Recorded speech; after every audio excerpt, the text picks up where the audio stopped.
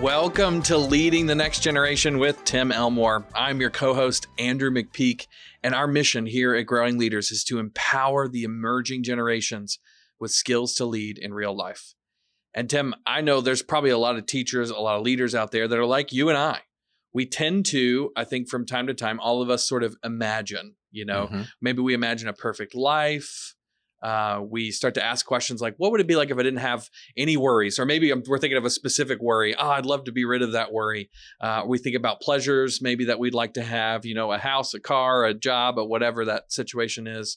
Maybe friends, how that could be different, resources, all those things. We dream, and it can't be that bad, right? We find ourselves doing that from time to time, but perhaps there are consequences to that. No doubt. And I think what you're describing happened a lot during the pandemic. Yeah. What was it? I wish I could get back to when we didn't, have quarantine, masks, tests, COVID, whatever.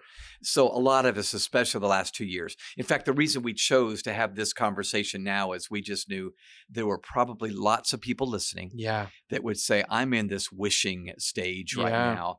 And we think the remedy is being fully present. So everybody listening knows the term FOMO, which stands for fear of missing out. Mm-hmm. But I'm learning the art of JOMO, which is joy of missing out. That's exactly right. I love that. So really, seriously, there can be great joy in saying, I saw what so-and-so posted, or I know that was going on in Pebble Beach or whatever. And we go, glad I got to not have that hassle, the flight, the TSA, and I got to be here with my wife, or here in this classroom with these students that I love and appreciate. So JOMO is what we're pushing for, but I think the way to get there is to be fully present in the moment. FOMO is just the opposite. I'm missing out on somewhere else. I'm present halfway. And I don't get the joy of either place because I'm halfway in both places. Ooh, that's a good point. So Tim, you actually mentioned to me a story that is actually a pretty good example of this exact situation, but it's also an unbelievable example of this situation. Yeah, it's almost unbelievable, except that it really happened, folks. So I don't know if you read about this years ago, but almost 30 years ago, a woman by the name of Joan Ginther won the lottery while living in a small Texas town. She raked in $5.4 million, which probably would have carried her forever. Yeah, that's if she not invested chump it change well. at all. Yeah, that's right. Suddenly was rid of all the distractions of a house payment, a car payment, and all the other debts and bills she owed. Believe it or not, Joan won the lottery again in 2006 when she won another $2 million. I'm almost surprised she was still playing the lottery. I know. Why is she still buying tickets? Well, she got plenty of money. Yeah, it worked out, I guess. Yeah. So now $5.4 million, now add another $2 million. So she may have spent part of that 5.4, but now she's got another 2. I mean, talk about a stroke of luck. So 2 years later, she bought another scratch-off lotto ticket. I'm not kidding. She won a third time. This is a true story. You can look this up, insane. Folks. So she won a third time. This time it was $3 million. Unbelievable. But she's not done, Andrew. That is crazy. In 2010, Joan Ginther won a fourth lottery for $10 million. Wow, the most amount, bringing her total winnings to $20.4 million. I'd be happy with 0.4. I know. Yeah. So I looked it up. The odds of this happening is 1 in 18 septillions. If you saw a movie about her story, you go, well, that never happened. That's just it was a fun fairy tale. That's right. Yeah. But here's why I tell you this story. It may surprise you, however, to learn that Joan's life is not perfect, not anywhere close to perfect. Because you and I both know when something happens, there was an equal but opposite reaction, right? Absolutely. Every action. Yep. And so now she's got all kind of other distractions. Think about all the people that know she won 4 lotteries. This has been written up a few times. Yep. That now suddenly are BFF. Yeah. I'm your friend, Joan. Remember, I came to your from wedding. High school. That's right. Yeah, that's right. And so she's had to move. Oh, wow. So she moved away and she's trying to keep incognito now. Yeah. But my point, of course, is most people say, I'll trade places with Joan, win the lottery 4 times. But we have no idea. We just scratched the tip of the iceberg on the trade-off she made with all those earnings. And of course, you and I both know those stories. go ahead and talk about this. Yeah, well, of course, we fantasize all the time about Yeah. how amazing it would be to win the lottery. Nobody ever fantasizes about the consequences of winning the lottery. That's You know so what I'm true. saying? We don't think about the balances of those things. And so, really, we have to acknowledge that every time we're daydreaming about the grass being greener on the other side, we have Yeah. to acknowledge there is some factor over there that we're not imagining at the Yeah. same time. Well, and I have heard stories, I bet many of you listeners have too, of someone that won the lottery and a few years later they're bankrupt. And Yeah. they weren't bankrupt before Yeah. the lottery because they had money to buy a ticket.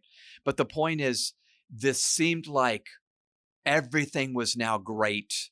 And I spent it or bought iPhones for all my friends or something like that, but it just went awry. So my point, of course, is every wonderful thing we're wishing for always has a trade-off side. And I think being fully present in the moment and experiencing JOMO, not FOMO, the joy of missing out, is really part of our key. That leaves me in a place where I can be fully alive and present with this reality, these students in front of me that I'm teaching, coaching, or employing right now. I love it. I love it. Well, one of the insights that you have, and I'd love for you to share this with us, is the reason why somebody could win the lottery and still be miserable, or win the lottery and lose it all. Yeah. And it's a really key insight into our own humanity. So I wonder if you could talk about that. Yeah. So going back to Joan, she is now distracted, not by the bills that Yeah. need to be paid, but a whole nother set of new realities.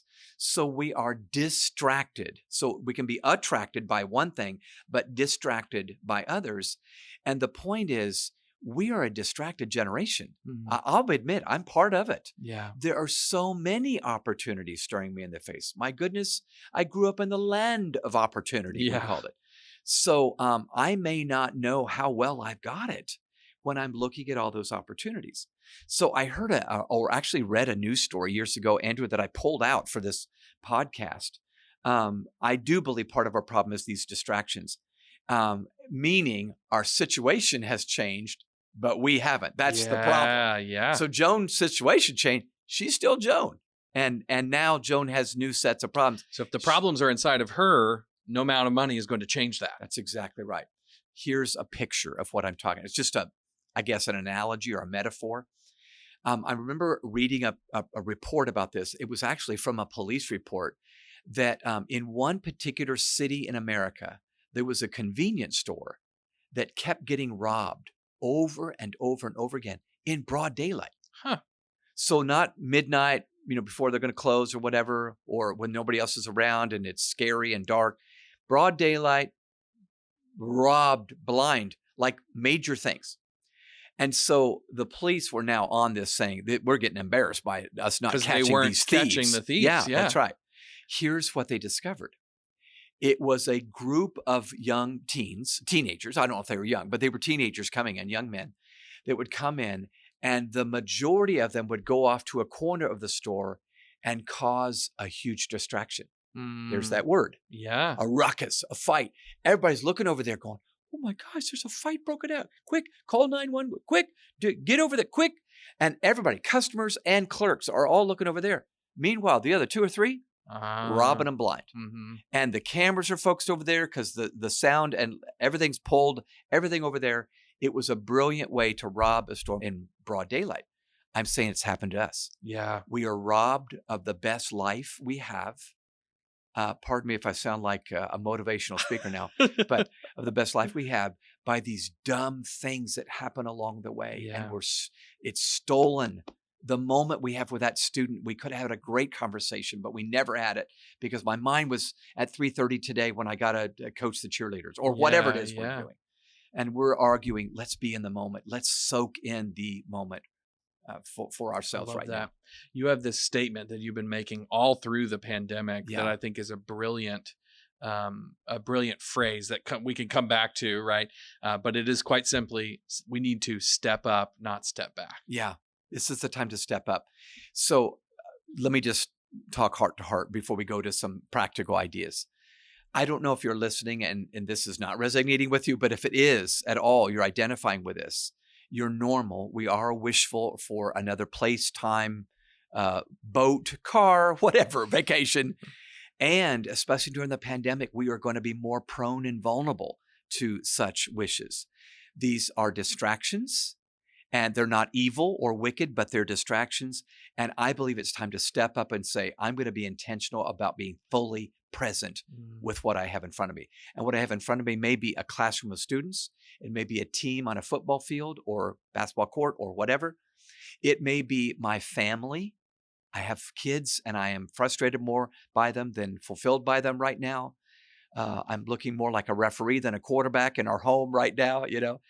I just feel like we owe it to the people around us and to ourselves to be fully present. I love it. Well, one of the things that we both know, in fact, I think all of us know, being present is not, and we're going to get practical. We'll make a few suggestions, but ultimately being present is an art, not a science, right? That's right. It's a decision that we make every single day. So I wonder if you could talk to us about that, the art of being present. What does that actually look like? Yeah, well, I think we do experience, as we've mentioned on this podcast before, FOMO and FOMU. Yeah. So there's another one. Yep. FOMU, in case you haven't heard it, is the fear of messing up. So the fear of missing out and the fear of messing up are two looming fears that pretty much for any generation, but particularly for Gen Z, are realities. Technology has made life more efficient, but it hasn't removed this pressure. In fact, it may have added to it because of social media. We only push ourselves to accomplish more, to be more places, to have the perfect vacation, perfect friends, the perfect selfie, which took 50 shots to You got to try right? a pretty long time to get it perfect. Absolutely. Well, I've read about this person. So anyway, just know this is reality. So the commitment I'm making this year, this is just me personally, it's a very personal podcast, is this. I'm learning again to pay full attention to the moment I'm in. And Andrew, you know me well. We worked together for several years. That's not normal because I'm living for the future. And that's part of what made me a decent leader. But I'm always looking outward, forward. And I'm learning now, I'm relearning to be fully present in the moment. And I think I'm becoming a better human doing so. I love that. So this is a term that we didn't make up. You guys have heard about this. This is not the first time you've talked about it. But Nancy Collier, who's a psychotherapist, reminds us of this statement. I love the statement. When we're fully present, we feel connected to life and everything in it. In fact, we do feel like we're connected to everything, and we don't worry about what isn't in front of me because right now I'm feeling like a sponge. I'm soaking in all the water I need right now. Now, when I don't feel that way, I am wishing for Hawaii or Acapulco or Cancun or whatever. I don't know why I'm listing all these vacation spots. It's a Freudian slip, actually. I was about to say, you're telling us exactly what you're thinking about while we're recording this podcast. That's right. But Nancy just calls it, we're a part of the moment, we're inside of it. So if you're a teacher, it means you're fully present with your students. If you're a mother, it means you're fully present with your children. If you're a leader, it means you're fully present with your team. If you're alone, it means you're fully present with yourself. I think sometimes we avoid ourselves with noise, distractions, music cluttered, because we don't want to be alone. I remember, Andrew, you were leading focus groups years ago when you heard, at least from one middle school student, I go home, my mom's never really there. She's on Facebook on her bed. Yep. And then when she's making dinner, she's looking at her phone. And the young girl said, I wish my mom didn't have this technology. You want to comment on that? Yeah. Well, yeah, I remember it was actually pretty early on in some of the middle school students we were talking to, talking about their parents and the social media addiction that was going on there. We were talking about our own addiction, and somebody said, well, who you need to talk to is my mom. And the comment was that my mom literally makes dinner holding a spoon in one hand, stirring a pot, and holding her phone in the other hand, scrolling through Facebook or Instagram or whatever it is. And what makes me sad, though, is I think you said the student was saying, I wish I had time with my mom. Yeah. So we don't know. Adults listening, we don't know. They may not be giving any signal, or at least apparent signal, that apparently that they want to be with you, but who knows what they're crying out for. So I tell you what I hate. Here's a picture of it. I hate it when I go into some retail store or outlet or whatever of some sort, and there's a retail clerk with a customer who's there in person, mind you, standing in front of them, and the clerk's paying attention to someone on a screen elsewhere, on a phone, whatever. And I realize you got to multitask a little bit, but I say, man, if that person took the trouble to get in front of you face to face, they deserve your best attention, not the person who phoned in. We even use that term. I'm phoning in. I'm really committed to this. Okay. Exactly. So anyway, okay. So my problem has been that I'm preoccupied with both the past and the future, Andrew. And I know we need to kind of start winding this down with some practical steps, but I'm either distracted by mistakes I've made, and I've made my share, or by plans I've laid. So there you have mistakes I've made or plans I've laid are the two things that most get me off the dime that I need to be on. Being present means not thinking about our past nor projecting into our futures. I conducted an experiment years ago when I discovered how smart technology was enabling me to achieve more each day. I recorded the accomplishments from my to-do list and diagnosed whether I was satisfied when I actually got more done. You know what I found out? I wasn't more satisfied. Because I thought, well, I need to get more done then. Yeah. You know, it's only at 3:30, you know? So rather than saying, oh, that's great, I can spend more time now with my kiddos or with my wife or who I adore. Oh my gosh, I just pushed myself even harder. Somehow I feel like I'm cheating life. And I realize we don't want to waste time all the time, but that wasn't good for me. Yeah. And just recording, doing a personal audit on my calendar showed me a lot. And it was the problem was inside of me, just like Joan. The problem was inside of me there. And I think it's important that I feel like that's a point we need to really think about is so many of us see the choosing to be present, even present with ourselves, as that's a choice to waste my time, right? And part of what we're doing is sort of breaking down that assumption and recognizing that choosing to be present with the people in front of you is not a waste of time. It actually might be the best way to spend your time. That's right. Because you're giving what you have to the most important need in the present moment, rather than being distracted by things that aren't even in the room. Yeah, that's right. All right. So I've got 4 ideas. Yeah. They're not necessarily ideas that no one's ever thought of before, but I want to just share them to get your brain going, listeners. Number 1, this has been helpful to me. I will constantly jot down thoughts that come to me so I don't lose them. Yeah. Now, when I say that, I've usually got my smartphone in my hand like I do right now, and I've got my notes section, my note app. I've also got email. Sometimes I'll just send myself an email. But as simple as that sounds, now I don't have to log that in up here in my brain. I'm able to stay fully present with Chris, who I had breakfast with this morning, and go, all right, I'm still here. I'm not thinking, oh, don't forget. Yep. So can I just encourage you, if you don't do this already, what will prevent you from being mindful in the moment is fleeting thoughts, ideas. Sometimes an idea just pops into your mind. Oh, that's great. Had nothing to do with the conversation, but reminds you of what you got to do at 3:30 today. Write it down. In fact, I even said to Chris, hey, I want to write that down so I can stay with you. That's what I said. And he goes, okay. So he was aware I'm going to be a better breakfast partner right now if I jot this down. And then I didn't lose it. That. In fact, I followed up even later today on those ideas that came to me at breakfast. I love that. All right, that's number 1. Number 2, let yourself waste time and wander each day. So I'm not for wandering and wasting all day long. I don't think that's good stewardship of our time. But this is something that's so counterintuitive for me. I'm so much into managing my time management. We talk about that all the time. I think I took a course in time management. But I actually now, at this point in my life, plan time for distractions instead of cramming each moment with an activity.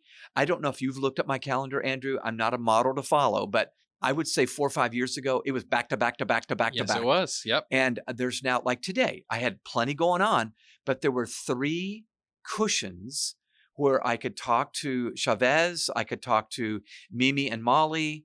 I popped in and gave you guys, you and Angelica, a hug real quick. And I wasn't going, I got to hug you quick, but man, I'm busy. I didn't say that.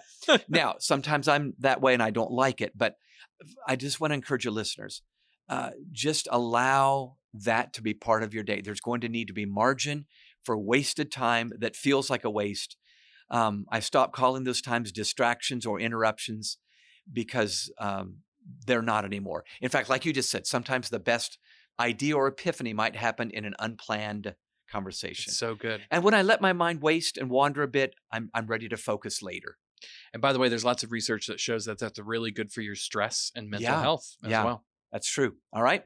Number 3, find time to pause and consciously breathe for a moment. Now, I'm only one of a million of people that are saying this, talking about mindfulness. But even if you don't get into mindfulness, can I just encourage you here? Whatever version you have of being mindful, it's the opposite of distraction. Mindfulness is the opposite of distraction. When we're mindful, we are fully present. Like others, I breathe consciously. I will literally think about my breathing, fill my lungs and empty my lungs. I close my eyes. I happen to pray. I focus my mind and become aware of my surroundings. I stop reacting to the rat race and I begin to focus on a slow pace. So rat race to slow pace. I'm trying to give you things to remember, listeners. But I just want to encourage you, even if it's once a day, find time between the meetings and the noise and the clutter to just breathe and be fully present in the moment. The last one I want to offer, idea number 4, is to monotask instead of multitask. So focus on one item at a time. You are going to get several tasks done today. Absolutely. Because you got several hours in the day. But the only way I can be fully present is to monotask, meaning focusing on one objective rather than multitask, which is to focus on many objectives. I have to force myself to not get preoccupied with where this conversation or situation may lead and just enjoy it for what it is. I love it. Now, sometimes things sneak up on me because I'm doing that, but it's worth the sneak. It really is. I love it. So I guess, listeners, can I just give you a word of encouragement? In this relatively new year that we're in, why not make this same commitment? Live each moment well. Perhaps President Abraham Lincoln put it best when he said, I don't know who my grandfather was. I'm much more concerned with what his grandson will be. That's me. I love it. So yeah, I do too. So anyway, I just think that's what we need to hear today, at least what I need to hear us talk about today. Yeah. I wonder if a way you might close is you actually told me a story. I actually have a conversation that you were having with your wife maybe a couple weeks ago. And it's just a really good reminder, maybe a personal illustration of why this is so important. My wife is good for me. I love her, but she's good for me. You know what I mean? Yeah, I do. Iron sharpens iron. She polishes my character and all that good stuff. By the way, listeners, you should know I married Mary Poppins' twin. She's practically perfect in every way. Yep. And I'm practically imperfect in every way. I'm not being false humility. I'm such an idiot sometimes. But my cardinal flaw is I'm always living in the future, like I mentioned before.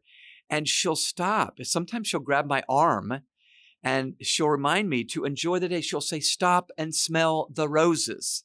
And I always laugh and I go, but we got to grow more roses, and she laughs. Yeah, that's how to make the garden bigger next year. That's right. The garden's going to get bigger. We're going to have more roses. We're going to be ready for retirement, blah, blah, blah, blah, blah. And then she, of course, wants to slap me at that point. But that's really true. I know we need to grow more roses. Yes, I do. But she needs to tell me every day, just enjoy the ones we have right now. And that's what I'm saying to you all. JOMO. Let's get into JOMO right now. I love it. I love it. Yeah, if you're never stopping to smell the roses, what are you spending all your time growing them for? That's right. That's true. It's such a good reminder for all of us. Great reminder.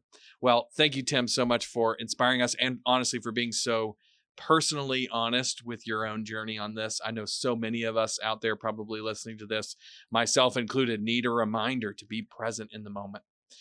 Well, we've been talking about us as leaders, but we've been talking about patience. We've been talking about focus. We've been talking about time management, all of these things. Guess what? These are all life skills. They're the very life skills that we need to practice, but they're also the same life skills we need to be building in the next generation. So if you're looking for a way not only to practice these things, but also to teach these things, we've got a really great tool that will allow you to do it in a fun, interesting, and ultimately very inviting and encouraging way. It's a tool that we call Habitudes. Habitudes are simply images that form leadership habits and attitudes. So we use pictures, metaphors, and stories to communicate really important life principles. If you want to find out more about our Habitudes for Social and Emotional Learning program, you can go to growingleaders.com/SEL. You're going to find a really exciting way to have conversational approaches to these really important topics. So head on over to growingleaders.com/SEL and you can find out more. As always, if you would rate this podcast, give us 5 stars on iTunes or wherever you get your podcasts. We would greatly appreciate it. If you want to get the word out to somebody that you know personally who you think may benefit from this podcast, just send it to them and say, I think you'll enjoy this. We would greatly appreciate that. If you want to connect with us on social media, we're at Growing Leaders and at Tim Elmore, pretty much everywhere you are. And then finally, if you have ideas for this podcast, maybe people we should interview, topics you think we should cover, shoot us an email. It's podcast@growingleaders.com. We love getting those from you. Tim, thanks again, once again, for leading us. Thank you guys for listening, and we'll see you next time.